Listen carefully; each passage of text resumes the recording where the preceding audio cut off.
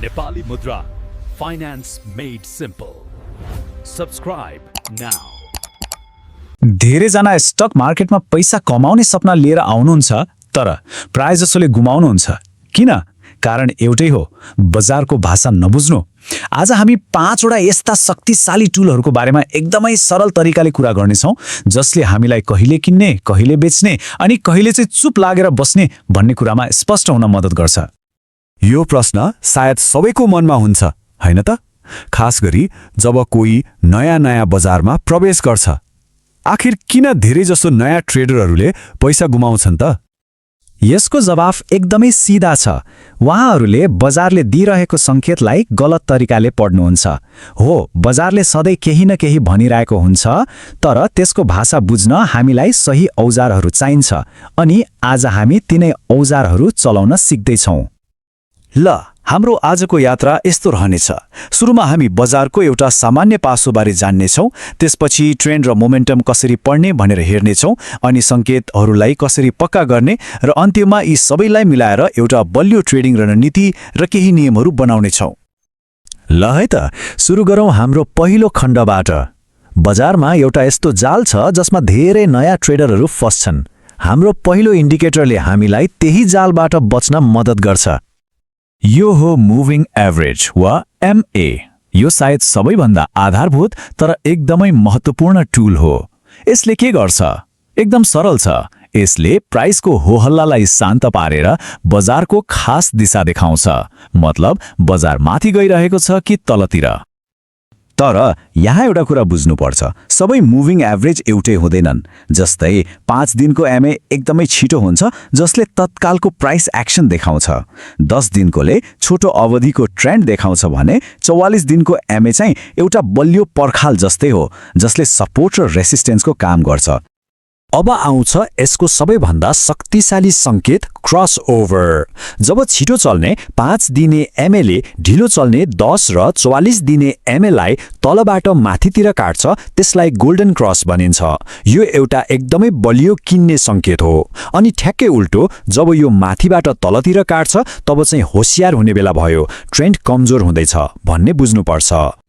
ल, ट्रेन्डको दिशा त थाहा भयो, तर त्यो ट्रेन्ड कत्तिको बलियो छ त?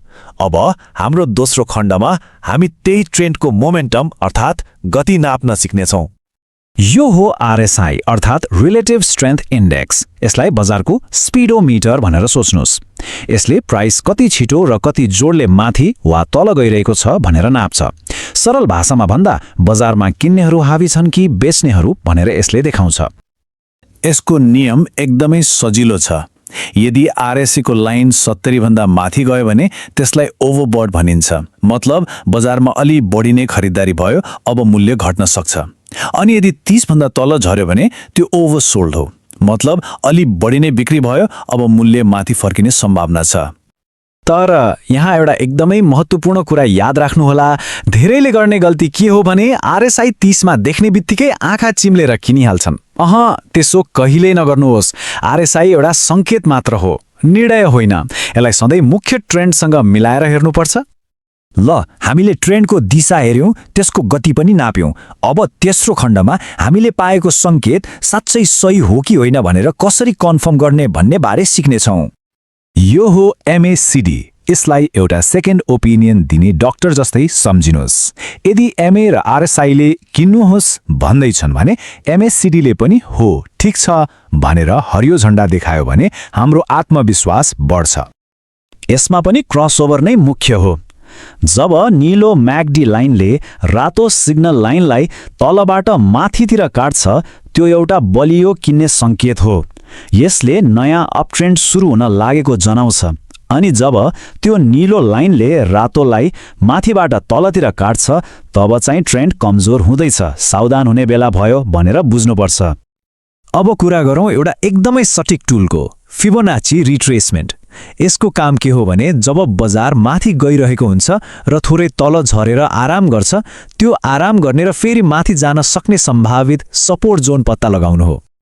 यसको सबैभन्दा शक्तिशाली क्षेत्र हो 0.5 र 0.618 को बीचको एरिया, जसलाई गोल्डन जोन पनि भनिन्छ। ठूला र स्मार्ट लगानीकर्ताहरू अक्सर यही जोनमा मूल्य आउँदा खरिद गर्न रुचाउँछन्। तर याद राख्नुस्, मूल्य त्यहाँ छुने बित्तिकै किन्ने होइन। त्यहाँ एउटा बलियो हरियो क्यान्डल बनेर मूल्य माथि फर्कन खोजेको सङ्केत दिएपछि मात्रै किन्ने बारे सोच्नुपर्छ। हामीले अहिलेसम्म 4वटा महत्त्वपूर्ण इन्डिकेटरहरू हेर्यौं, तर अब आउँदैछ एउटा यस्तो टुल जसलाई म अन्तिम कन्फर्मेसन टुल भन्न रुचाउँछु। यसले अरू सबै सङ्केतहरूलाई प्रमाणित गर्छ। यो हो ट्रेडिङ भोल्युम। यसले के देखाउँछ भने कुनै पनि प्राइस मुभमेन्टको पछाडि कति ठूलो भिड छ। सोच्नुस् त, यदि मूल्य बढिरहेको छ र किन्नेहरूको ठूलो भिड पनि छ भने त्यो चाल बलियो हुन्छ। तर मूल्य बढिरहेको छ तर किन्नेहरू थोरै मात्र छन् भने त्यो एउटा पासो पनि हुन सक्छ। हेर्नुस् त, कति सरल छ। पहिलो बारमा मूल्य माथि गयो, भोल्युम पनि माथि गयो। यो एउटा स्वस्थ र बलियो मुभ हो। तर दोस्रो बारमा हेर्नुस्, मूल्य त माथि गयो तर भोल्युम घट्यो। हो, यही हो खतराको घण्टी। यसको मतलब त्यो मुभमा दम छैन। ल, अहिलेसम्म हामीले अलग अलग औजारहरूको बारेमा सिक्यौं। अब सबैभन्दा रमाइलो भाग, यी सबैलाई एकै ठाउँमा कसरी जोड्ने र एउटा बलियो ट्रेडिङ रणनीति बनाउने। यसलाई ट्रेडिङ चेकलिस्ट भनौं। कुनै पनि ट्रेड लिनु अघि यी 5 प्रश्न सोध्नुहोस्। 1. के ट्रेन्ड माथितिर छ? मुभिङ एभरेज हेर्नुहोस्। 2. के मोमेन्टम बलियो छ? आरएसआई चेक गर्नुहोस्। 3. के एमएसिडीले पनि किन्ने सङ्केत दिएको छ? कन्फर्म गर्नुहोस्। 4. के मूल्य सही खरिद जोनमा, मतलब फिबोनाचीको गोल्डन जोनमा छ? अनि 5. र सबैभन्दा महत्त्वपूर्ण, के भोल्युमले यो सबै कुरालाई समर्थन गरिरहेको छ? जब यी सबै 5 प्रश्नको जवाफ छ भन्ने आउँछ, तब मात्र त्यो एउटा हाई प्रोबेबिलिटी ट्रेड बन्छ। अब हामीले सबै टुलहरूको बारेमा जान्यौं, तर टुलहरूभन्दा पनि महत्त्वपूर्ण कुरा भनेको ट्रेडरको मानसिकता र अनुशासन हो। हाम्रो अन्तिम खण्डमा हामी त्यस्तै केही सुनौलो नियमहरू हेर्नेछौँ।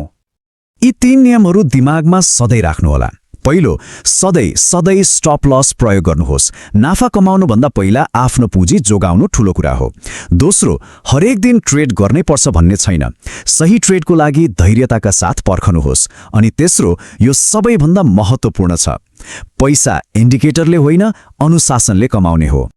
र अन्त्यमा एउटा प्रश्नमा छोडेर जान्छु, के यी इन्डिकेटरहरू साँच्चै शक्तिशाली औजार हुन् वा हामीले टेक्ने खतरनाक बैशाखी? यस बारेमा सोच्नुहोला, किनभने सफल ट्रेडिङको रहस्य इन्डिकेटरमा होइन, बरु त्यसलाई चलाउने ट्रेडरको दिमागमा लुकेको हुन्छ। Thank you for watching. Keep learning and growing in the Nepali stock market. Don't forget to subscribe Nepali Mudra.